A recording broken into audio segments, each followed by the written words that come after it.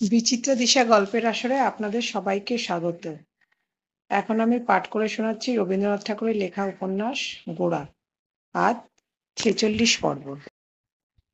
পরেশবাবু উপাসনার পর তাহার ঘরের সম্মুখের বারান্দায় স্তব্ধ হইয়া বসিয়াছিলেন। সূর্য সদ্য অস্ত গিয়াছে। এমন সময় ললিতাকে সঙ্গে লইয়া বিনয় সেখানে প্রবেশ করিল ও ভূমিষ্ঠ হইয়া প্রণাম করিয়া পরেশের পদধূলি লইল। পরেশ উভয়কে এভাবে প্রবেশ করিতে দেখিয়া কিছু বিস্মিত হইলেন। কাছে বসিতে দিবার চৌকি ছিল না, তাই বলিলেন, চলো, ঘরে চলো। বিনয় কহিল, না, আপনি উঠবেন না, বলিয়া সেইখানে ভূমিতলেই বসিল। ললিতাও একটু সরিয়া পরেশের পায়ের কাছে বসিয়া পড়িল। বিনয় কহিল, আমরা দুজনে একত্রে আপনার আশীর্বাদ নিতে এসেছি, সেই আমাদের জীবনের সত্য দীক্ষা হবে। পরেশবাবু বিস্মিত হইয়া তাহার মুখের দিকে চাহিয়া রহিলেন। বিনয় কহিল, বাঁধা নিয়মে বাঁধা কথায় সমাজে প্রতিজ্ঞা গ্রহণ আমি করব। যে দীক্ষায় আমাদের দুজনের জীবন নত হয়ে সত্যবন্ধনে বদ্ধ হবে, সেই দীক্ষা আপনার আশীর্বাদ। আমাদের দুজনেরই হৃদয় ভক্তিতে আপনারই পায়ের কাছে প্রণত হয়েছে। আমাদের যা মঙ্গল তা ঈশ্বর আপনার হাত দিয়েই দেবেন। পরেশবাবু কিছুক্ষণ কোনো কথা না বলিয়া স্থির হইয়া রহিলেন। পরে কহিলেন, বিনয়, তুমি তাহলে ব্রাহ্ম হবে না? বিনয় কহিল, না। পরেশবাবু জিজ্ঞাসা করিলেন, তুমি হিন্দু সমাজেই থাকতে চাও? বিনয় কহিল, হাঁ। পরেশবাবু ললিতার মুখের দিকে চাহিলেন। ললিতা তাহার মনের ভাব বুঝিয়া কহিল, বাবা, আমার যা ধর্ম তা আমার আছে এবং বরাবর থাকবে। আমার অসুবিধা হতে পারে, কষ্টও হতে পারে, কিন্তু যাদের সঙ্গে আমার মতের এমনকি আচরণের অমিল আছে, তাদের পর করে দিয়ে তফাতে না সরিয়ে রাখলে আমার ধর্মে বাঁধবে, এ কথা আমি কোনো মতেই মনে করতে পারি না। পরেশবাবু চুপ করিয়া রহিলেন। ললিতা কহিল, আগে আমার মনে হতো ব্রাহ্ম সমাজই যেন একমাত্র জগৎ, এর বাইরে যেন সব ছায়া। ব্রাহ্ম সমাজ থেকে বিচ্ছেদ যেন সমস্ত সত্য থেকে বিচ্ছেদ। কিন্তু এই কয়দিনে সে ভাব আমার একেবারে চলে গেছে। পরেশবাবু ম্লানভাবে একটু আসিলেন। ললিতা কহিল, বাবা, আমি তোমাকে জানাতে পারি নে আমার কত বড় একটা পরিবর্তন হয়ে গেছে। ব্রাহ্ম সমাজের মধ্যে আমি যেসব লোক দেখছি, তাদের অনেকের সঙ্গে আমার ধর্মমত এক হলেও তাদের সঙ্গে তো আমি কোনো মতেই এক নই। তবু ব্রাহ্ম সমাজ বলে একটা নামের আশ্রয় নিয়ে তাদেরই আমি বিশেষ করে আপন বলবো, আর পৃথিবীর অন্য সব লোককেই দূরে রেখে দেব, আজকাল আমি এর কোনো মানে বুঝতে পারি না। পরেশবাবু তাহার বিদ্রোহী কন্যার পিঠে ধীরে ধীরে হাত বুলাইয়া কহিলেন, ব্যক্তিগত কারণে মন যখন উত্তেজিত থাকে, তখন কি বিচার ঠিক হয়? পূর্বপুরুষ থেকে সন্তান সন্ততি পর্যন্ত মানুষের যে একটা পূর্বাপরতা আছে, তার মঙ্গল দেখতে গেলে সমাজের প্রয়োজন হয়। সে প্রয়োজন তো কৃত্রিম প্রয়োজন নয়। তোমাদের ভাবী বংশের মধ্যে যে দূরব্যাপী ভবিষ্যৎ রয়েছে, তার ভার যার উপরে স্থাপিত হয়, সেই তোমাদের সমাজ। তার কথা কি ভাববে না? বিনয় কহিল, হিন্দু সমাজ তো আছে। পরেশবাবু কহিলেন, হিন্দু সমাজ তোমাদের ভার যদি না নেয়, যদি না স্বীকার করে? বিনয় আনন্দময়ীর কথা স্মরণ করিয়া কহিল, তাকে স্বীকার করাবার ভার আমাদের নিতে হবে। হিন্দু সমাজ তো বরাবরই নতুন নতুন সম্প্রদায়কে আশ্রয় দিয়েছে। হিন্দু সমাজ সকল ধর্ম সম্প্রদায়েরই সমাজ হতে পারে। পরেশবাবু কহিলেন, মুখের তর্কে একটা জিনিসকে একরকম করে দেখানো যেতে পারে, কিন্তু কাজে সেরকমটি পাওয়া যায় না। নইলে কেউ ইচ্ছা করে কি পুরাতন সমাজকে ছাড়তে পারে? যে সমাজ মানুষের ধর্মবোধকে বাহ্য আচারের বেড়ি দিয়ে একই জায়গায় বন্দি করে বসিয়ে রাখতে চায়, তাকে মানতে গেলে নিজেদের চিরদিনের মতো কাঠের পুতুল করে রাখতে হয়। বিনয় কহিল, হিন্দু সমাজের যদি সেই সংকীর্ণ অবস্থাই হয়ে থাকে, তবে সেটা থেকে মুক্তি দেবার ভার আমাদের নিতে হবে। যেখানে ঘরের জানালা দরজা বাড়িয়ে দিলেই ঘরে আলো বাতাস আসে, সেখানে কেউ রাগ করে পাকা বাড়ি ভূমিসাৎ করতে চায় না। ললিতা বলিয়া উঠিল, বাবা, আমি এ সমস্ত কথা বুঝতে পারি নে। কোনো সমাজের উন্নতির ভার নেবার জন্য আমার কোনো সংকল্প নেই, কিন্তু চারিদিক থেকে এমন একটা অন্যায় আমাকে ঠেলা দিচ্ছে যে আমার প্রাণ যেন হাঁপিয়ে উঠছে। কোনো কারণেই এ সমস্ত সহ্য করে মাথা নিচু করে থাকা আমার উচিত নয়। উচিত অনুচিত আমি ভালো বুঝি নে, কিন্তু বাবা, আমি পারব না। পরেশবাবু স্নিগ্ধ স্বরে কহিলেন, আরও কিছু সময় নিলে ভালো হয়। এখন তোমার মন চঞ্চল আছে। ললিতা কহিল, সময় নিতে আমার কোনো আপত্তি নেই, কিন্তু আমি নিশ্চয় জানি অসত্য কথা ও অন্যায় অত্যাচার বেড়ে উঠতেই থাকবে। তাই আমার ভারী ভয় হয় অসহ্য হয়ে পাছে হঠাৎ এমন কিছু করে ফেলি যাতে তুমিও কষ্ট পাও। তুমি এ কথা মনে করো না বাবা, আমি কিছুই ভাবিনি। আমি বেশ করে চিন্তা করে দেখেছি যে আমার যেরকম সংস্কার ও শিক্ষা, তাতে ব্রাহ্ম সমাজের বাইরে হয়তো আমাকে অনেক সংকোচ ও কষ্ট স্বীকার করতে হবে, কিন্তু আমার মন কিছুমাত্র কুণ্ঠিত হচ্ছে না, বরঞ্চ মনের ভিতরে একটা জোর উঠছে, একটা আনন্দ হচ্ছে। আমার একটিমাত্র ভাবনা, বাবা, পাছে আমার কোনো কাজে তোমাকে কিছুমাত্র কষ্ট দেয়। এই বলিয়া ললিতা আস্তে আস্তে পরেশবাবুর পায়ে হাত বুলাইতে লাগিল। পরেশবাবু ঈষৎ হাসিয়া কহিলেন, মা, নিজের বুদ্ধির উপরেই যদি আমি একমাত্র নির্ভর করতুম, তাহলে আমার ইচ্ছা ও মতের বিরুদ্ধে কোনো কাজ হলে দুঃখ পেতুম। তোমাদের মনে যে আবেগ উপস্থিত হয়েছে, সেটা যে সম্পূর্ণ অমঙ্গল, সে আমি জোর করে বলতে পারি নে। আমিও একদিন বিদ্রোহ করে ঘর ছেড়ে বেরিয়ে এসেছিলাম, কোনো সুবিধা অসুবিধার কথা চিন্তাই করিনি।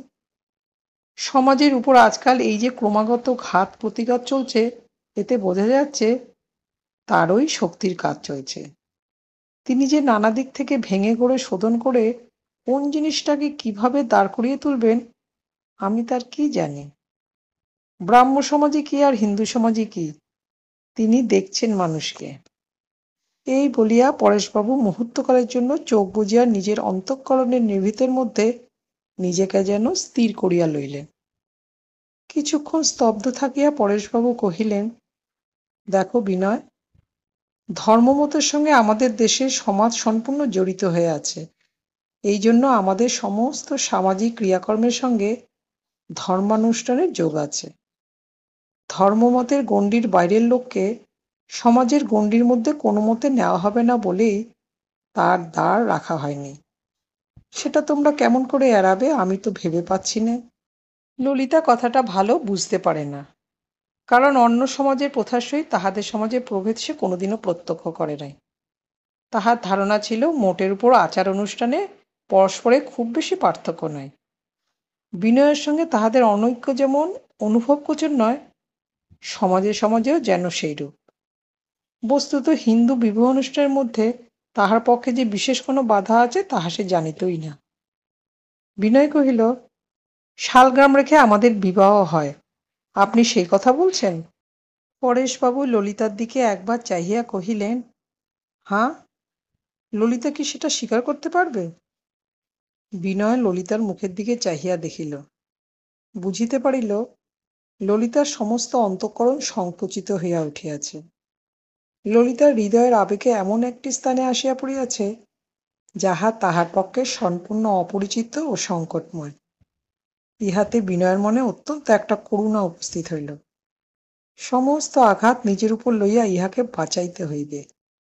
এত বড় তেজ পরাভূত হইয়া ফিরিয়া যাইবে, সেও যেমন অসহ্য, জয়ী হইবার দুর্দম উৎসাহে এ যে মৃত্যুবন বুক পাতিয়া লইবে, সেও তেমনি নিদারুণ। ইহাকে জয়ীও করিতে হইবে, ইহাকে রক্ষাও করিতে হইবে। ললিতা মাথা নিচু করিয়া কিছুক্ষণ বসিয়া রহিল। তাহার পর একবার মুখ তুলিয়া করুণ চক্ষে বিনয়ের দিকে চাহিয়া কহিল, আপনি কি সত্য সত্য মনের সঙ্গে শালগ্রাম মানেন? বিনয় তৎক্ষণাৎ কহিল, না, মানি নে। শালগ্রাম আমার পক্ষে দেবতা নয়, আমার পক্ষে একটা সামাজিক চিহ্ন মাত্র। ললিতা কহিল, মনে মনে যাকে চিহ্ন বলে জানেন, বাইরে তাকে তো দেবতা বলে স্বীকার করতে হয়। বিনয় পরেশের দিকে চাহিয়া কহিল, শালগ্রাম আমি রাখব না। পরেশ চৌকি ছাড়িয়া উঠিয়া কহিলেন, বিনয়, তোমরা সব কথা পরিষ্কার করে চিন্তা করে দেখছ না? তোমার একলার বা অন্য কারো মতামত নিয়ে কথা হচ্ছে না। বিবাহ তো কেবল ব্যক্তিগত নয়, এটা একটা সামাজিক কার্য, সে কথা ভুললে চলবে কেন? তোমরা কিছুদিন সময় নিয়ে ভেবে দেখো, এখনই মত স্থির করে ফেলো না। এই বলিয়া পরেশ ঘর ছাড়িয়া বাগানে বাহির হইয়া গেলেন এবং সেখানে একলা পায়চারি করিতে লাগিলেন। ললিতাও ঘর হইতে বাহির হইবার উপক্রম করিয়া একটু থামিল এবং বিনয়ের দিকে পশ্চাৎ করিয়া কহিল, আমাদের ইচ্ছা যদি অন্যায় ইচ্ছা না হয় এবং সেই ইচ্ছা যদি কোনো একটা সমাজের বিধানের সঙ্গে আগাগোড়া মিলে যায়, তাহলেই আমাদের মাথা হেঁট করে ফিরে যেতে হবে। এ আমি কোনো মতেই বুঝতে পারিনি। সমাজে মিথ্যা ব্যবহারের স্থান আছে আর স্থান নেই ন্যায়সঙ্গত আচরণের। বিনয় ধীরে ধীরে ললিতার কাছে আসিয়া দাঁড়াইয়া কহিল, আমি কোনো সমাজকেই ভয় করি নে। আমরা দুজনে মিলে যদি সত্যকে আশ্রয় করি, তাহলে আমাদের সমাজের তুল্য এত বড় সমাজ আর কোথাও পাওয়া যাবে? বরদাসুন্দরী ঝড়ের মতো তাহাদের দুইজনার সম্মুখে আসিয়া কহিলেন, বিনয়, শুনলুম নাকি তুমি দীক্ষা নেবে না? বিনয় কহিল, দীক্ষা আমি উপযুক্ত গুরুর কাছ থেকে নেব, কোনো সমাজের কাছ থেকে নেব না। বরদাসুন্দরী অত্যন্ত ক্রুদ্ধ হইয়া কহিলেন, তোমাদের এসব ষড়যন্ত্র, এসব প্রবঞ্চনার মানে কি? দীক্ষা নেব ভান করে এই দুদিন আমাকে আর ব্রাহ্ম সমাজ শুদ্ধ লোককে ভুলিয়ে কাণ্ডটা কি করলে বলো দেখি? ললিতা, তুমি কি সর্বনাশ করতে বসেছ, সে কথা একবার ভেবে দেখলে না? ললিতা কহিল, বিনয়বাবুর দীক্ষায় তোমাদের ব্রাহ্ম সমাজের সকলের তো সম্মতি নেই। কাগজে তো পড়ে দেখেছ, এমন দীক্ষা নেবার দরকার কি? বরদাসুন্দরী কহিলেন, দীক্ষা না নিলে বিবাহ হবে কি করে? ললিতা কহিল, কেন হবে না? বরদাসুন্দরী কহিলেন, হিন্দু মতে হবে নাকি? বিনয় কহিল, তা হতে পারে, যেটুকু বাধা আছে সে আমি দূর করে দেব। বরদাসুন্দরীর মুখ দিয়া কিছুক্ষণ কথা বাহির হইল না। তাহার পরে রুদ্ধকণ্ঠে কহিলেন, বিনয়, যাও, তুমি যাও, এ বাড়িতে তুমি এসো না। গোরা যে আজ আসিবে সুচরিতা তাহা নিশ্চয় জানিত। ভোরবেলা হইতে তাহার বুকের ভিতরটা কাঁপিয়া উঠিতেছিল। সুচরিতার মনে গোরার আগমন প্রত্যাশার আনন্দের সঙ্গে যেন একটা ভয় জড়িত ছিল। কেননা গোরা তাহাকে যেদিকে টানিতেছিল এবং আশৈশব তাহার জীবন আপনার শিকড় ও সমস্ত ডালপালা লইয়া যেদিকে বাড়িয়া উঠিয়াছে, দুইয়ের মধ্যে পদে পদে সংগ্রাম তাহাকে অস্থির করিয়াছিল। তাই কাল যখন মাসির ঘরে গোরা ঠাকুরকে প্রণাম করিল, তখন সুচরিতার মনে যেন ছুরি বিঁধিল। না হয় গোরা প্রণামই করিল, না হয় গোরার এইরূপ বিশ্বাস, এই কথা বলিয়া সে কোনো মতেই নিজের মনকে শান্ত করিতে পারিল না। গোরার আচরণে যখন সে এমন কিছু দেখে যাহার সঙ্গে তাহার ধর্মবিশ্বাসের মূলগত বিরোধ, তখন সুচরিতার মন ভয়ে কাঁপিতে থাকে। ঈশ্বর একই লড়াইয়ের মধ্যে তাহাকে ফেলিয়াছেন। হরিমোহিনী সুচরিতাকে সুদৃষ্টান্ত দেখাইবার জন্য আজও গোরাকে তাহার ঠাকুর ঘরে লইয়া গেলেন এবং আজও গোরা ঠাকুরকে প্রণাম করিল। সুচরিতার বসিবার ঘরে গোরা নামিয়া আসিবা মাত্র সুচরিতা তাহাকে জিজ্ঞাসা করিল, আপনি কি এই ঠাকুরকে ভক্তি করেন? গোরা একটু যেন অস্বাভাবিক জোরের সঙ্গে কহিল, হাঁ, ভক্তি করি বই কি। শুনিয়া সুচরিতা মাথা হেঁট করিয়া চুপ করিয়া বসিয়া রহিল। সুচরিতার সেই নম্র নীরব বেদনায় গোরা মনের মধ্যে একটা আঘাত পাইল। সে তাড়াতাড়ি কহিল, দেখো, আমি তোমাকে সত্য কথা বলিব, আমি ঠাকুরকে ভক্তি করি কি না ঠিক বলতে পারি নে, কিন্তু আমি আমার দেশের ভক্তিকে ভক্তি করি। এতকাল ধরে সমস্ত দেশের পূজা যেখানে পৌঁছেছে আমার কাছে সে পূজনীয়। আমি কোনো মতে খ্রিস্টান মিশনারির মতো সেখানে বিষ দৃষ্টিপাত করতে পারিনি। সুচরিতা মনে মনে কি চিন্তা করিতে করিতে গোরার মুখের দিকে চাহিয়া রহিল। গোরা কহিল, আমার কথা ঠিক মতো বোঝো, যা তোমার পক্ষে খুব কঠিন সে আমি জানি। কেননা সম্প্রদায়ের ভিতরে মানুষ হয়ে এসব জিনিসের প্রতি সহজ দৃষ্টিপাত করবার শক্তি তোমাদের চলে গিয়েছে। তুমি যখন তোমার মাসির ঘরে ঠাকুরকে দেখো, তুমি কেবল পাথরকেই দেখো, আমি তোমার মাসির ভক্তিপূর্ণ করুণা হৃদয়কেই দেখি।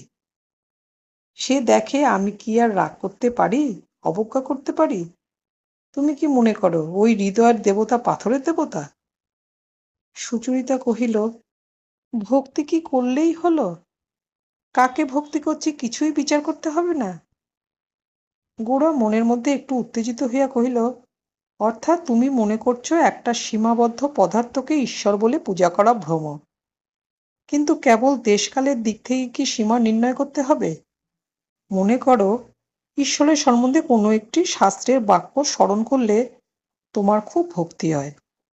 সেই বাক্যটি যে পাতায় লেখা আছে সেই পাতাটা মেপে তার অক্ষর কয়টা গুণেই কি তুমি সেই বাক্যের মহত্ব স্থির করবে? ভাবের অসীমতা বিস্তৃতির অসীমতার চেয়ে যে ঢের বড় জিনিস। চন্দ্র সূর্য তারাখচিত অনন্ত আকাশের চেয়ে ওই এতটুকু ঠাকুরটি যে তোমার মাসির কাছে যথার্থ অসীম। পরিমাণগত অসীমকে তুমি অসীম বলো, সেই জন্যই চোখ বুজে তোমাকে অসীমের কথা ভাবতে হয়। জানি নে তাতে কোনো ফল পাও কিনা, কিন্তু হৃদয়ের অসীমকে চোখ মেলে এতটুকু পদার্থের মধ্যেও পাওয়া যায়। তাই যদি না পাওয়া যেত, তবে তোমার মাসির যখন সংসারের সমস্ত সুখ নষ্ট হয়ে গেল, তখন তিনি ওই ঠাকুরটিকে এমন করে আঁকড়ে ধরতে পারতেন কি? হৃদয়ের অত বড় শূন্যতা কি খেলার ছলে এক টুকরো পাথর দিয়ে ভরানো যায়? ভাবের অসীমতা না হলে মানুষের হৃদয়ের ফাঁকা ভরে না। এমন সকল সূক্ষ্ম তর্কের উত্তর দেওয়া সুচরিতার অসাধ্য, অথচ ইহাকে সত্য বলিয়া মানিয়া যাওয়া তাহার পক্ষে একেবারে অসম্ভব। এই জন্য কেবল ভাষাহীন প্রতিকারহীন বেদনা তাহার মনে বাজিতে থাকে। বিরুদ্ধ পক্ষের সহিত তর্ক করিবার সময় গোরার মনে কোনোদিনও এতটুকু দয়ার সঞ্চার হয় নাই, বরঞ্চ এ সম্বন্ধে শিকারী জন্তুর মতো তাহার মনে একটা কঠোর হিংস্রতা ছিল। কিন্তু সুচরিতার নিরুত্তর পরাভাবে আজ তাহার মন কেমন ব্যথিত হইতে লাগিল। সে কণ্ঠস্বরকে কোমল করিয়া কহিল, তোমাদের ধর্মমতের বিরুদ্ধে আমি কোনো কথা বলতে চাই নে। আমার কথাটুকুই কেবল এই, তুমি যাকে ঠাকুর বলে নিন্দা করছ, সেই ঠাকুরটি যে কি তা শুধু চোখে দেখেই জানা যায় না। তাতে যার মন স্থির হয়েছে, হৃদয় তৃপ্ত হয়েছে, যার চরিত্র আশ্রয় পেয়েছে, সেই জানে সে ঠাকুর মৃন্ময় কি চিন্ময়, সসীম কি অসীম। আমি তোমাকে বলছি, আমাদের দেশের কোনো ভক্তই সসীমের পূজা করে না। সীমার মধ্যে সীমাকে হারিয়ে ফেলা, এই তো তাদের ভক্তির আনন্দ। সুচরিতা কহিল, কিন্তু সবাই তো ভক্ত নয়। গোরা কহিল, যে ভক্ত নয় সে কিসের পূজা করে তাতে কার কি আসে যায়? ব্রাহ্ম সমাজে যে লোক ভক্তিহীন সে কি করে? তার সমস্ত পূজা অপস্পর্শ শূন্যতার মধ্যে গিয়ে পড়ে। না শূন্যতার চেয়ে ভয়ানক দলাদলি তার দেবতা, অহংকারী তার পুরোহিত। এই রক্তপিপাসু দেবতার পূজা তোমাদের সমাজে কি কখনো দেখনি? এই কথার কোনো উত্তর না দিয়া সুচরিতা গোরাকে জিজ্ঞাসা করিল, ধর্ম সম্বন্ধে আপনি এই যা সব বলছেন, এ কি আপনি নিজের অভিজ্ঞতার থেকে বলছেন? গোরা ঈষৎ হাসিয়া কহিল, অর্থাৎ তুমি জানতে চাও আমি কোনোদিনই ঈশ্বরকে চেয়েছি কিনা? না, আমার মন ওদিকেই যায়নি। সুচরিতার পক্ষে এ কথা খুশি হইবার কথা নহে, কিন্তু তবু তাহার মন যেন হাঁপ ছাড়িয়া বাঁচিল। এইখানে জোর করিয়া কোনো কথা বলিবার অধিকার যে গোরার নাই, ইহাতে সে এক প্রকার নিশ্চিন্ত হইল। গোরা কহিল, কাউকে ধর্মশিক্ষা দিতে পারি এমন দাবি আমার নেই, কিন্তু আমার দেশের লোকের ভক্তিকে তোমরা যে উপহাস করবে, এও আমি কোনোদিনও সহ্য করতে পারবো না। তুমি তোমার দেশের লোককে ডেকে বলছ, তোমরা মূঢ়, তোমরা পৌত্তলিক। আমি তাদের সবাইকে আহ্বান করে জানাতে চাই, না, তোমরা মূঢ় নহ, তোমরা পৌত্তলিক নও, তোমরা জ্ঞানী, তোমরা ভক্ত। আমাদের ধর্মতত্ত্বে যে মহত্ব আছে, ভক্তিতত্ত্বে যে গভীরতা আছে, শ্রদ্ধা প্রকাশের দ্বারা সেইখানেই আমার দেশের হৃদয়কে আমি জাগ্রত করতে চাই। যেখানে তার সম্পদ আছে সেইখানে তার অভিমানকে আমি উদ্যত করে তুলতে চাই। আমি তার মাথা হেঁট করে দেব না। নিজের প্রতি তার ধিক্কার জন্মিয়ে নিজের সত্যের প্রতি তাকে অন্ধ করে তুলব না, এই আমার পণ। তোমার কাছেও আজ আমি এই জন্যই এসেছি। তোমাকে দেখে অবধি একটা নতুন কথা দিনরাত্রি আমার মাথায় ঘুরছে। এতদিন সে কথা আমি ভাবিনি। কেবলই আমার মনে হচ্ছে, কেবল পুরুষের দৃষ্টিতে তো ভারতবর্ষ সম্পূর্ণ প্রত্যক্ষ হবে না। আমাদের মেয়েদের চোখের সামনে যেদিন আবির্ভূত হবেন, সেই দিনই তার প্রকাশ পূর্ণ হবে। তোমার সঙ্গে একসঙ্গে এক দৃষ্টিতে আমি আমার দেশকে সম্মুখে দেখব, এই একটি আকাঙ্ক্ষা যেন আমাকে দগ্ধ করছে। আমার ভারতবর্ষের জন্য আমি পুরুষ তো কেবলমাত্র খেটে মরতে পারি, কিন্তু তুমি না হলে প্রদীপ জেলে তাকে বরণ করবে কে? ভারতবর্ষের সেবা সুন্দর হবে না তুমি যদি তার কাছ থেকে দূরে থাকো। হায়, কোথায় ছিল ভারতবর্ষ? কোন সুদূরে ছিল সুচরিতা? কোথা হইতে আসিল ভারতবর্ষের এই সাধক, এইভাবে ভোলা তাপস? সকলকে ঠেলিয়া কেন সে তাহারই পাশে আসিয়া দাঁড়াইল? সকলকে ছাড়িয়া কেন সে তাহাকেই আহ্বান করিল? কোনো সংশয় করিল না, বাধা মানিল না। বলিল, তোমাকে নইলে চলিবে না, তোমাকে লইবার জন্য আসিয়াছি। তুমি নির্বাসিত হইয়া থাকিলে যজ্ঞ সম্পূর্ণ হইবে না। সুচরিতার দুই চক্ষু দিয়া ঝরঝর করিয়া জল পড়িতে লাগিল। কেন তাহা সে বুঝিতে পারিল না। গোরা সুচরিতার মুখের দিকে চাহিল। সেই দৃষ্টির সম্মুখে সুচরিতা তাহার অবিগলিত দুই চক্ষু নত করিল না। চিন্তাবিহীন শিশিরমণ্ডিত ফুলের মতো তাহা নিতান্ত আত্মবিস্মৃতভাবে গোরার মুখের দিকে ফুটিয়া রহিল। সুচরিতা সেই সংকোচবিহীন, সংশয়বিহীন, অশ্রুধারা প্লাবিত দুই চক্ষুর সম্মুখে ভূমিকম্পে পাথরের রাজপ্রাসাদ যেমন টলে, তেমনি করিয়া গোরার সমস্ত প্রকৃত যেন টলিতে লাগিল। গোরা প্রাণপণ বলে আপনাকে সংবরণ করিয়া লইবার জন্য মুখ ফিরাইয়া জানালার বাইরের দিকে চাহিল। তখন সন্ধ্যা হইয়া গিয়াছে। গলির রেখা সংকীর্ণ হইয়া যেখানে বড় রাস্তায় পড়িয়াছে, সেখানে খোলা আকাশে কালো পাথরের মতো অন্ধকারের উপর তারা দেখা যাইতেছে।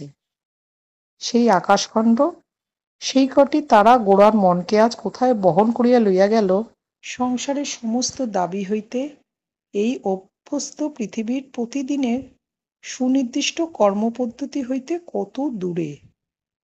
রাজ্য সাম্রাজ্যের কত উত্থান পতন, যুগ যুগান্তরের কত প্রয়াস ও প্রার্থনাকে বহু দূরে অতিক্রম করিয়া ওইটুকু আকাশ এবং ওই কটি তারা সম্পূর্ণ নির্লিপ্ত হইয়া অপেক্ষা করিয়া আছে। অথচ অতল স্পর্শ গভীরতার মধ্য হইতে এক হৃদয় যখন আরেক হৃদয়কে আহ্বান করে, তখন নিভৃত জগৎপ্রান্তের সেই বাক্যহীন ব্যাকুলতা যেন ওই দূর আকাশ এবং দূর তারাকে স্পন্দিত করিতে থাকে।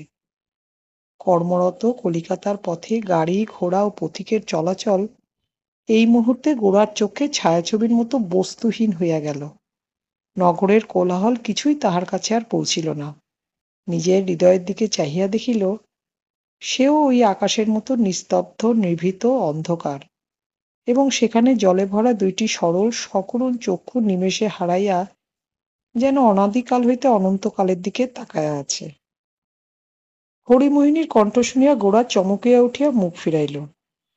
বাবা, কিছু মিষ্টিমুখ করে যাও। গোরা তাড়াতাড়ি বলিয়া উঠিল, আজ কিন্তু নয়, আজ আমাকে মাপ করতে হবে, আমি এখনই যাচ্ছি। বলিয়া গোরা আর কোনো কথার অপেক্ষা না করিয়া দ্রুতবেগে বাহির হইয়া চলিয়া গেল। হরিমোহিনী বিস্মিত হইয়া সুচরিতার মুখের দিকে চাহিলেন। সুচরিতা ঘর হইতে বাহির হইয়া গেল। হরিমোহিনী মাথা নাড়িয়া ভাবিতে লাগিলেন, এ আবার কি কাণ্ড। অনতিকাল পরেই পরেশবাবু আসিয়া উপস্থিত হইলেন। সুচরিতার ঘরে সুচরিতাকে দেখিতে না পাইয়া হরিমোহিনীকে গিয়া জিজ্ঞাসা করিলেন, রাধারানী কোথায়? হরিমোহিনী বিরক্তির কণ্ঠে কহিলেন, কি জানি, এতক্ষণ তো গৌরমোহনের সঙ্গে বসবার ঘরে আলাপ চলছিল, তারপরে এখন বোধহয় ছাতে একলা পায়চারি করছে। পরেশ আশ্চর্য হইয়া জিজ্ঞাসা করিলেন, এই ঠান্ডায় এত রাতে ছাতে? হরিমোহিনী কহিলেন, একটু ঠান্ডা হয়েই নিক, এখনকার মেয়েদের ঠান্ডায় অপকার হবে না। হরিমোহিনীর মন আজ খারাপ হইয়া গিয়াছে বলিয়া তিনি রাগ করিয়া সুচরিতাকে খাইতে ডাকেন নাই। সুচরিতা আজ সময়ের জ্ঞান ছিল না। হঠাৎ স্বয়ং পরেশবাবুকে ছাতে আসিতে দেখিয়া সুচরিতার অত্যন্ত লজ্জিত হইয়া উঠিল। কহিল, বাবা, চলো নিচে চলো, তোমার ঠান্ডা লাগবে। ঘরে আসিয়া প্রদীপের আলোকে পরেশের উদ্বিগ্ন মুখ দেখিয়া সুচরিতার মনে খুব একটা ঘা লাগিল। এতদিন যিনি পিতৃহীনার পিতা এবং গুরু ছিলেন, শৈশবের সমস্ত বন্ধন বিচ্ছিন্ন করিয়া তাহার কাছ হইতে কে আজ সুচরিতাকে দূরে টানিয়া লইয়া যাইতেছে? সুচরিতা কিছুতেই যেন নিজেকে ক্ষমা করিতে পারিল না। পরেশ ক্লান্তভাবে চৌকিতে বসিলে পর দুর্নিবার অশ্রুকে গোপন করিবার জন্য সুচরিতা তাহার চৌকির পশ্চাতে দাঁড়াইয়া ধীরে ধীরে তাহার পক্ক কেশের মধ্যে অঙ্গুলি চালনা করিয়া দিতে লাগিল। পরেশ কহিলেন, বিনয় দীক্ষা গ্রহণ করিতে অসম্মত হয়েছেন। সুচরিতা কোনো উত্তর করিল না। পরেশ কহিল, বিনয়ের দীক্ষা গ্রহণের প্রস্তাবে আমার মনে যথেষ্ট সংশয় ছিল, সেই জন্য আমি এতে বিশেষ ক্ষুণ্ণ হইনি। কিন্তু ললিতার কথার ভাবে বুঝতে পারছি দীক্ষা না হলেও বিনয়ের সঙ্গে বিবাহে সে কোনো বাধা অনুভব করছে না। সুচরিতা হঠাৎ খুব জোরের সহিত বলিয়া উঠিল, না বাবা, সে কখনোই হতে পারবে না, কিছুতেই না। সুচরিতা সচরাচর এমন অনাবশ্যক ব্যগ্রতা প্রকাশ করিয়া কথা কয় না। সেই জন্য তাহার কণ্ঠস্বরে এই আকস্মিক আবেগের প্রবলতায় পরেশ মনে মনে একটু আশ্চর্য হইলেন এবং জিজ্ঞাসা করিলেন, কি হতে পারবে না? সুচরিতা কহিল, বিনয় ব্রাহ্ম না হলে কোন মতে বিয়ে হবে? পরেশ কহিলেন, হিন্দু মতে। সুচরিতা সবেগে ঘাড় নাড়িয়া কহিল, না না, আজকাল এসব কি কথা হচ্ছে? এমন কথা মনেও আনা উচিত নয়। শেষকালে ঠাকুর পুজো করে ললিতার বিয়ে হবে? এ কিছুতেই হতে দিতে পারব না। গোড়া নাকি সুচরিতার মন টানিয়া লইয়াছে, তাই সে আজ হিন্দুমতে বিবাহের কথায় এমন একটা অস্বাভাবিক আক্ষেপ প্রকাশ করিতেছে। এই আক্ষেপের ভিতরকার আসল কথাটা এই যে, পরেশকে সুচরিতা এক জায়গায় দৃঢ় করিয়া ধরিয়া বলিতেছে, তোমাকে ছাড়িব না। আমি এখনো তোমার সমাজের, তোমার মতের, তোমার শিক্ষার বন্ধন কোনো মতেই ছিঁড়িতে দিব না। পরেশ কহিলেন, বিবাহ অনুষ্ঠানে শালগ্রামের সংস্রব বাদ দিতে বিনয় রাজি হয়েছে। সুচরিতা চৌকির পিছন হইতে আসিয়া পরেশের সম্মুখে চৌকি লইয়া বসিল। পরেশ তাহাকে জিজ্ঞাসা করিলেন, এতে তুমি কি বলো? সুচরিতা একটু চুপ করিয়া কহিল, আমাদের সমাজ থেকে ললিতাকে তাহলে বেরিয়ে যেতে হবে। পরেশ কহিলেন, এই কথা নিয়ে আমাকে অনেক চিন্তা করতে হয়েছে। কোনো মানুষের সঙ্গে সমাজের যখন বিরোধ বাধে তখন দুটো কথা ভেবে দেখবার আছে। দুই পক্ষের মধ্যে ন্যায় কোন দিকে এবং প্রবল কে। সমাজ প্রবল তাতে সন্দেহ নেই, অতএব বিদ্রোহীকে দুঃখ পেতে হবে। ললিতা বারংবার আমাকে বলছে, দুঃখ স্বীকার করতে সে যে শুধু প্রস্তুত তা নয়, এতে সে আনন্দ বোধ করছে। এ কথা যদি সত্য হয় তাহলে অন্যায় না, আমি তাকে বাধা দেব কি করে? সুচরিতা কহিল, কিন্তু বাবা, এ কিরকম হবে? পরেশ কহিলেন, জানি এতে একটা সংকট উপস্থিত হবে, কিন্তু ললিতার সঙ্গে বিনয়ের বিবাহে যখন দোষ কিছু নেই, এমনকি সেটা উচিত, তখন সমাজে যদি বাধা থাকে সে বাধা মানা কর্তব্য নয় বলে আমার মনে বলছে। মানুষকেই সমাজের খাতিরে সংকুচিত হয়ে থাকতে হবে এই কথা কখনোই ঠিক নয়। সমাজকেই মানুষের খাতিরে নিজেকে কেবলই প্রশস্ত করে তুলতে হবে। সেজন্য যারা দুঃখ স্বীকার করতে রাজি আছে, আমি তো তাদের নিন্দা করতে পারবো না। সুচরিতা কহিল, বাবা, এতে তোমাকেই সবচেয়ে বেশি দুঃখ পেতে হবে। পরেশ কহিলেন, সে কথা ভাববার কথাই নয়। সুচরিতা জিজ্ঞাসা করিল, বাবা, তুমি কি সম্মতি দিয়েছ? পরেশ কহিলেন, না, এখনো দিইনি, কিন্তু দিতেই হবে। ললিতা যে পথে যাচ্ছে সে পথে আমি ছাড়া কে তাকে আশীর্বাদ করবে? আর ঈশ্বর ছাড়া কে তার সহায় আছেন? পরেশবাবু যখন চলিয়া গেলেন তখন সুচরিতা স্তম্ভিত হইয়া বসিয়া রহিল। সে জানিত পরেশ ললিতাকে মনে মনে কত ভালোবাসেন। সেই ললিতা বাধা পথ ছাড়িয়া দিয়া এত বড় একটা অনির্দেশ্যের মধ্যে প্রবেশ করিতে চলিয়াছে, ইহাতে তার মন যে কত উদ্বিগ্ন তাহা তার বুঝিতে বাকি ছিল না। তৎসত্ত্বে এই বয়সে তিনি এমন একটা বিপ্লবের সহায়তা করিতে চলিয়াছেন, অথচ ইহার মধ্যে বিক্ষোভ কতই অল্প। নিজের জোর তিনি কোথাও কিছুমাত্র প্রকাশ করেন নাই, কিন্তু তাহার মধ্যে কত বড় জোর অনায়াসে আত্মগোপন করিয়া আছে। পূর্বে হইলে পরেশের প্রকৃতির এই পরিচয় তাহার কাছে বিচিত্র বলিয়া ঠেকিত না, কেননা পরেশকে শিশুকাল হইতেই তো সে দেখিয়া আসিতেছে। কিন্তু আজই কিছুক্ষণ পূর্বেই নাকি সুচরিতার সমস্ত অন্তঃকরণ গোড়ার অভিঘাত সহ্য করিয়াছে। সেই জন্য এই দুই শ্রেণীর স্বভাবের সম্পূর্ণ পার্থক্য সে মনে মনে সুস্পষ্ট অনুভব না করিয়া থাকিতে পারিল না। গোরার কাছে তাহার নিজের ইচ্ছা কি প্রচণ্ড, এবং সেই ইচ্ছাকে সবেগে প্রয়োগ করিয়া সে অন্যকে কেমন করিয়া অভিভূত করিয়া ফেলে। গোরার সহিত যে কেহ যে কোনো সম্বন্ধ স্বীকার করিবে, গোরার ইচ্ছার কাছে তাহাকে নত হইতে হইবে। সুচরিতা আজ নত হইয়াছে, এবং নত হইয়া আনন্দও পাইয়াছে। আপনাকে বিসর্জন করিয়া একটা বড় জিনিস পাইয়াছে বলিয়া অনুভব করিয়াছে।